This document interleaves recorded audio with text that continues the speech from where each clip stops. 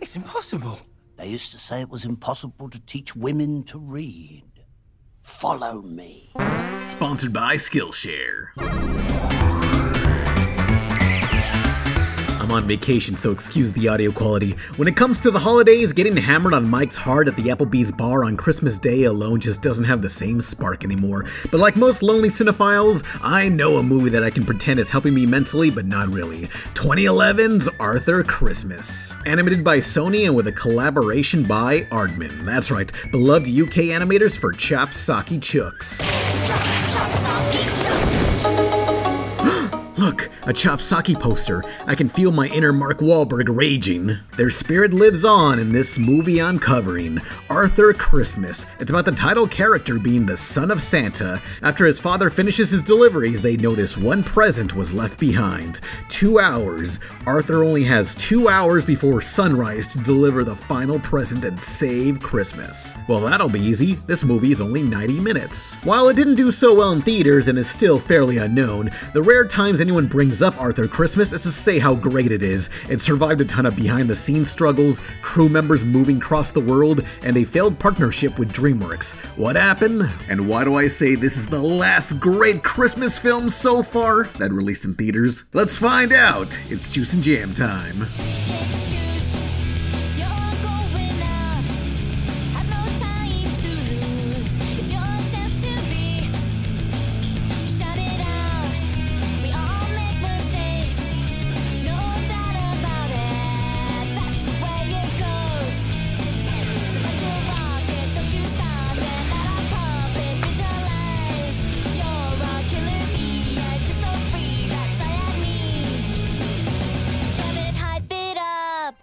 Yes, do believe in Santa. He is real. He's the greatest man ever. So you're probably wondering, what's the deal with this collab? Aardman Stop Motion working with Sony, a CG studio? How? Well, this goes back to 1999 when Aardman was well known for their works on music videos, TV shows, and of course, Wallace and Gromit shorts, but they wanted to go bigger. Movies. To do that, they needed a larger studio that'll co-fund and distribute their films globally. So, a bidding war began with Disney and Pixar chipping in. Don't know if Sony was even involved at the time, but it was DreamWorks that won the auction for $250 million. They agreed on a 4-picture deal. That's how we got Chicken Run and Wallace and Gromit: Curse of the Were-Rabbit. Great films that made a ton of money, but as DreamWorks was getting bigger, they were asking for a lot more creative control. For the Were-Rabbit movie, they requested Aardman, this British studio, to make changes that'll appeal to more Americans, like asking for Wallace's car to look more cooler and modern. Thankfully, the duo's creator Nick Park had enough prior success for the executives to take back some of their notes. The film succeeded to fans and critics and the box office numbers, but having so many businessmen breathing down Nick's neck was a burden. The stress drove him back to working on shorts and TV. It took 13 years until he returned to the big screen with Early Man. Safe to say, DreamWorks and Aardman weren't working out, but they did release one more project together, Flushed Away. That's the title of the film and what happened to their partnership. Have you seen my dad? Rather than clay, this would be CG. Why? Some people think it's because Aardman's studio caught fire in 2005, but this movie was in development before. This was a story that called for a lot of water, which would damage the clay puppets and be difficult to animate together. What are they gonna do? Sculpt frozen water? That ain't real. Aardman wrote and designed Flushed Away while DreamWorks animated it. A film most people seem to like, though sorry to report it was a box office bomb. Not my fault, I watched it in theaters. After this failure, DreamWorks cut short their 4-picture deal with only 3. They dropped Aardman, flushing away their partnership in 2006.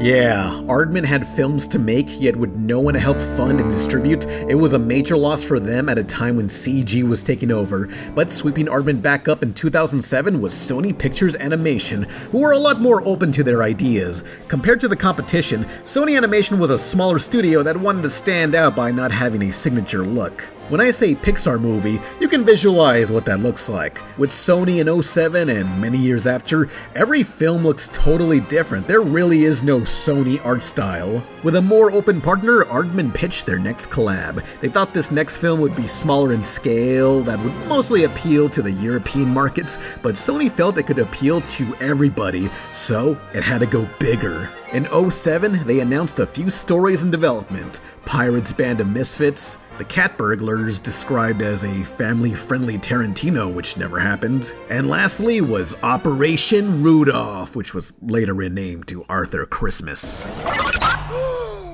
child's been missed! Do you want to wake up the whole North Pole? Good idea! A child's been missed!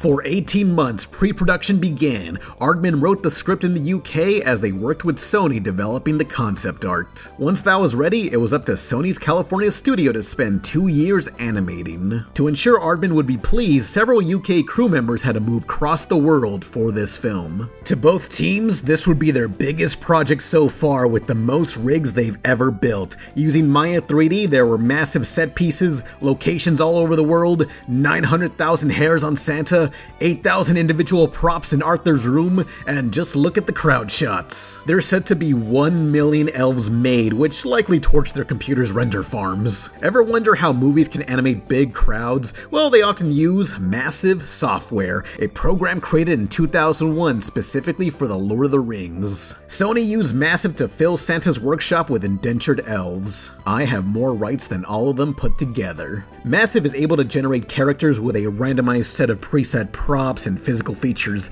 The software gives each of them an AI response to the world around them, whether it be clapping or navigating around objects. That would be accomplished with skin and hair variations layered onto these base models. Elves were then grouped into their job descriptions: field, wrapping, and operation elves, just to name a few.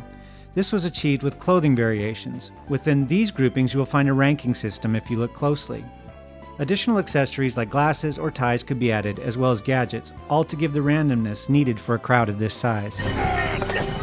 One of the toughest things to animate, besides magical particles and clouds, was Santa's sleigh. They connected 14 skeleton character rigs praying they'd work together. Humans, reindeer, and all the rickety parts. Oh, and 5 animators were tasked in making the UI interface on all the computer screens. That should have been my job. The film would have 2 directors: Barry Cook, experienced with Mulan, and the Roger Rabbit short, Trail Mix. I had other so-called friends, and one of them tried to convince me to become a cocaine dealer. Now, back then, cocaine was very expensive.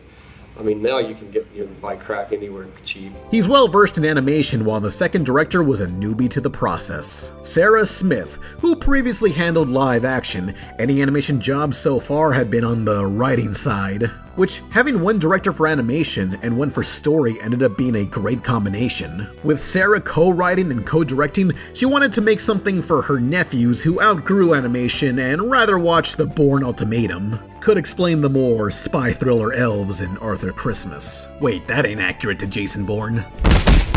Much better! These elves are played so straight, like a small mishap is treated like they're disarming a bomb and not the one in theaters. They must never get spotted, though the old retired Santa has a solution should that happen. Dad would rather die than spoil it for him. What if you do wake the odd nipper? A whack on the head with a sock full of sand and a dab of whiskey on the lips they don't remember in the morning. During production, Sarah was raising multiple kids, including a newborn girl, Grace. Being bedridden for 2 months due to her pregnancy, Smith could not escape the trickle-down economy. So, in the editing room, an IKEA bed was built and taken in so she could continue her directing duties. Even at the hospital delivery room, crew would come in asking about how is she doing and how's the baby, until switching over to the topic of business. Her child's first steps walking were outside the editing suite, as their first words were Arthur. My first steps would have been walking to a place that offers maternity leave. This is a cry for help. In the span of 2 years, Smith moved 6 times, UK to the US, just for this film. Dedicated or just needed to keep her job? We may never know. Now, one of Sarah's ideas would be several shots of the characters wrapping presents on screen. Sounds fine, but to a CG animator, gift wrapping an object is hell. How are the textures gonna stretch? What points need to be articulated? Will anything clip and glitch?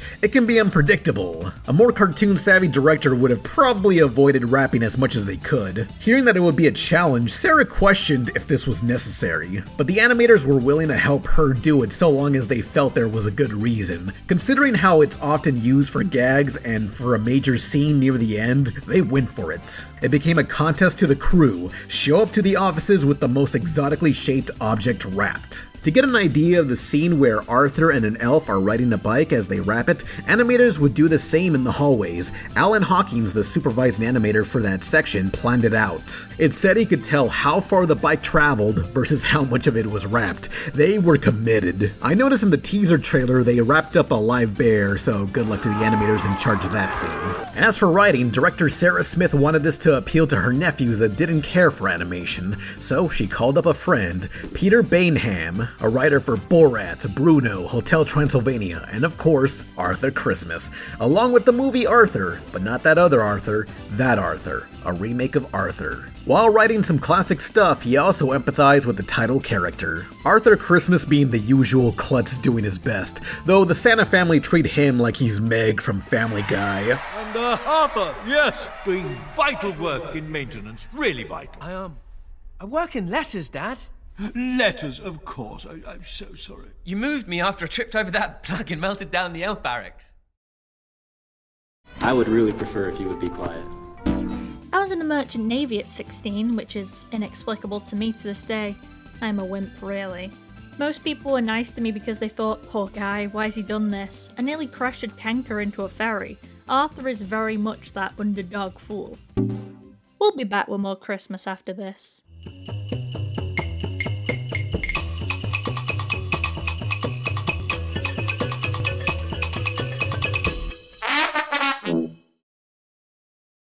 But first, do you struggle with your art? Is explaining your cartoon idea to other people difficult or embarrassing? That don't apply to me, and there's zero recorded evidence of that. Well, my sponsor Skillshare can really help. They offer classes on so much: logo design, video effects, After Effects, but I recommend this course on creating a pitch Bible by Ian J. Q, the creator of OKKO. He worked on everything from Adventure Time to Venture Bros. Learn what the standards are for presenting your idea to a network. There's more to learn on Skillshare, like creative confidence and silencing your inner critic. It's good to consider how to improve, but sometimes you gotta take pride in what you made so far. If you want to further your creativity, become a Skillshare member. Act quickly. The first 500 people to use the link below will get a 1-month free trial of Skillshare. Support me by supporting them. Join today.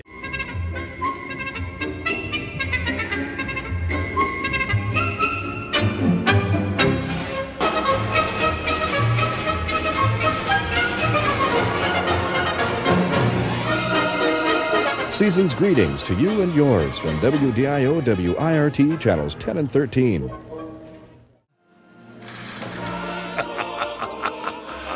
My shrine to beauty. While the last studio collab with DreamWorks had Aardman constantly fighting against being Americanized, Sony was okay with the British flavor. The focus test of US kids weren't aware the characters even had British accents, or how one of the main set pieces was a British neighborhood. Kids just assumed they had their own style and way of talking. It's clear Sony and Aardman would be long-time associates, making as many as one other film together. Oops. For The Village, the desire was for it to look authentically British. Every detail was scrutinized. Much of the photo reference was actually from Bristol, England, where the client is located. There is a contrast of old and new in the design of the village, quaint yet current. Older stone buildings are located in the center of the village, and the newer brick homes on the outskirts. We created the village with a goal of providing flexibility in shooting. During this sequence, while it may appear that Arthur is riding the bike on a clear path to Gwen's house, the camera actually jumps all over the village to find unique angles that the director desired. This required us to have a relatively fleshed out look for a majority of the village. In the assembly of the village, we used a modular design for assets such as doors, windows, and furniture as building blocks. This allowed us to maximize the variations that we could achieve with our available resources. Now, from the interviews I read, Aardman did not want this film to look like Aardman. Their previous release, Flushed Away, was CG and still had the iconic Wallace and Gromit teeth, but Arthur's visuals were a balancing act. Still somewhat Aardman, but still its own thing, realistic but stylized, asymmetrical, imperfect humans, and with computers, they wanted this to be colossal in scale that it would have been impossible to make with clay anyway. North Pole to S1, you have weather fluctuation update camouflage. One mark cleared. Next drop Flensburg, minus 12.4 seconds. The environments are so grand, while the humans, they're okay. They just look like the typical CG movie humans with tiny eyes, which bug me. And stop staring at me with them big old eyes! That's like the only thing I did not care for. Now, with the press interviews I researched from, you never know if claims like, Aardman really wanted this to be in CG, are true. They're promoting a film and have to act like everything's fine. Who knows what really went on behind the scenes? But regardless, the next Sony Aardman collab was Pirates, Band of Misfits, a conventional stop-mo film, so whatevs. After 4 years of production and UK crew members moving to the US, director Sarah Smith relocated 6 times in the span of 2 years to finally settle in London. With Arthur Christmas releasing in 2011, to her, this was another child leaving the nest. Now she could focus on her real daughter, Grace. Grace is my next project for the moment. She needs to know she's more important than Arthur Christmas. It feels like Arthur is my other child, who has gone off into the world, and you hope that everyone will treat him okay.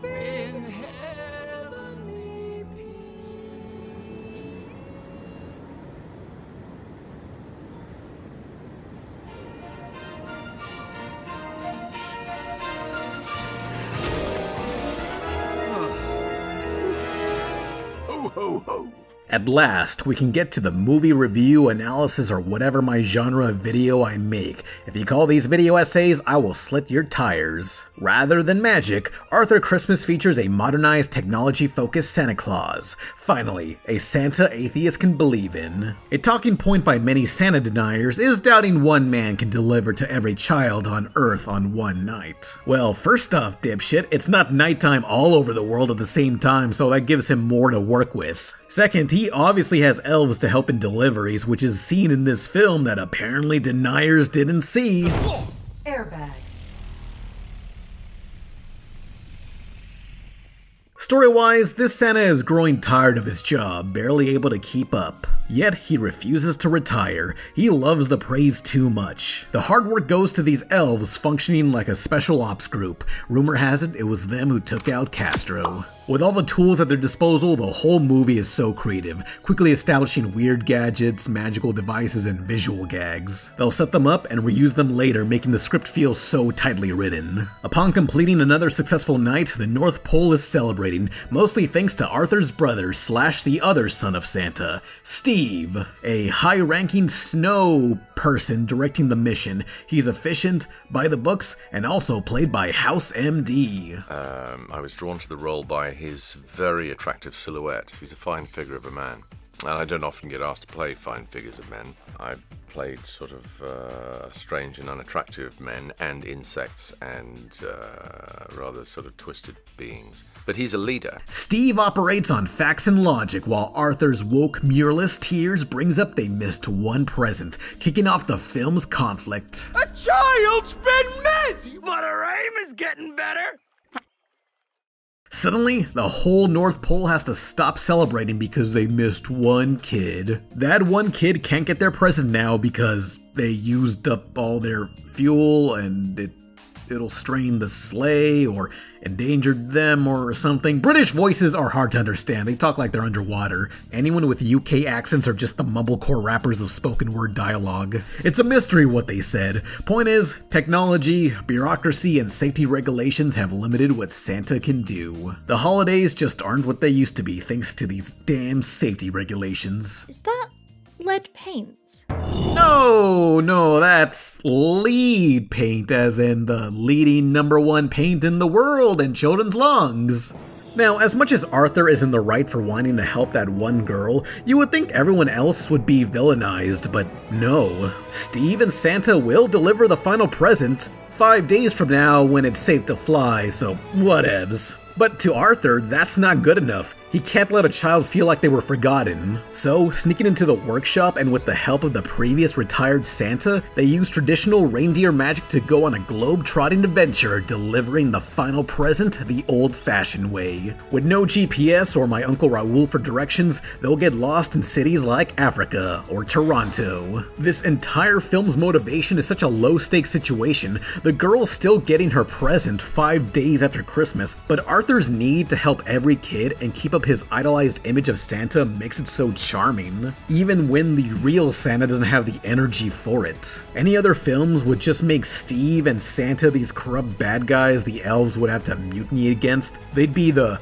twist villains like Mr. Waternoose in Monsters, Inc. I'll kidnap 1,000 children before I let this company die. Or Steve Jobs from Apple. I'll kidnap 1,000 children before I let this company die. Every character just has a genuine reason why they're doing what they're doing. Much like my favorite shonen anime, Cobra Kai, there really are no bad guys here. Well, there were plans for a villain, but I cannot tell if in this next interview clip they were serious or this is some form of British humor I don't understand. One of the things I noticed is that there's no key villain. Was that a... No, Pete did have an idea for a key villain at one point. There was some terrible evil elf called General Antler who was trying to make all the reindeer into beef burgers. And I remember he once sent me an email saying something about drip trays to cap in the slaughterhouses, and I said, Pete, it's a Christmas movie, I don't think so. But also, I think one of the key ideas that's in the movie that I feel really strongly about is you're trying to show that I think, you know, half of what's wrong with the world today is not kind of actually out and out evil, but a slightly kind of corporate lack of feeling. You know, the world being run by people who don't quite get what really matters. And that's really what we're trying to show off is like, even in a small way, somehow everything wrong stems from that. You have a cast that represents different ways the holiday is done, whether it be traditionally, the present style, or how the future will handle it. But to Arthur, none of that matters so long as the job gets done. They're not saving Christmas. They're helping one person that statistically would have been left behind for being a small number. And what is this present they must deliver? What's inside this bike-shaped wrapping? What could be in this discreet packaging? It's an utter mystery as you must watch the film to find out. Stupid. Are you ready for this to be an instant classic? Because I think it will be. Do you really? I really do. I'm not prepared. What do I need to do to prepare for that? I think that you might just want to put, I don't know, a face on or a brain on that says... I need to buy an instant classic shirt or something? A tie. A tie, A tie maybe? might work, yes, Yeah. instant classic. Because the Scrooges in the audience loved it as well. They did? Yes. There were reporters who went in saying, I wanted to be a Scrooge and doggone it, it got me. Really? Yes. So... Excellent. I think you might have to prepare Excellent. for that. All I can say is, With its thought-out character motives and lovable spirit, Arthur Christmas is a cult classic, which is a fancy way of saying it bombed in theaters. Films gotta make double their budget to be successful, and it barely broke past even. Hey, look, it was a very competitive weekend for theaters. You had Twilight Saga, The Muppets, Happy Feet 2, Hugo, Puss in Boots 1, and Jack and Jill. It could only do so much when Arthur's marketing was, Justin Bieber cover of Santa Claus is Coming to Town. Could have sold more tickets if the music video used more than 3 seconds of movie footage. You better watch out. Be the first to experience it in front of Arthur Christmas, rated PG. Oh, there's also an official 2-hour Yule log with a Sony TV. But wait, even in universe, they don't have Sony, they have Snowy? This ain't accurate. Could they not have picked a more exciting location than a color-graded wall? It doesn't look like Arthur Christmas. This could be the prison cafeteria in HBO's Oz for all we know. You want me to look at my TV, which features a Sony TV that has a Yule log. Get out of here. I need that to watch Arthur Christmas, streaming somewhere. Hopefully Max still has it. So, Merry Christmas or whichever thing you celebrate. I won't kink shame. Look, Arthur. Those stars. We're one of them now. A shooting star. Don't give up. Challenge again. Operation Santa Claus is coming to town. Whoopie-doo. Now. Off. Elf. Go, go! Just stand back. breaks. There's no time for a bow! There's always time for a bow! Loose.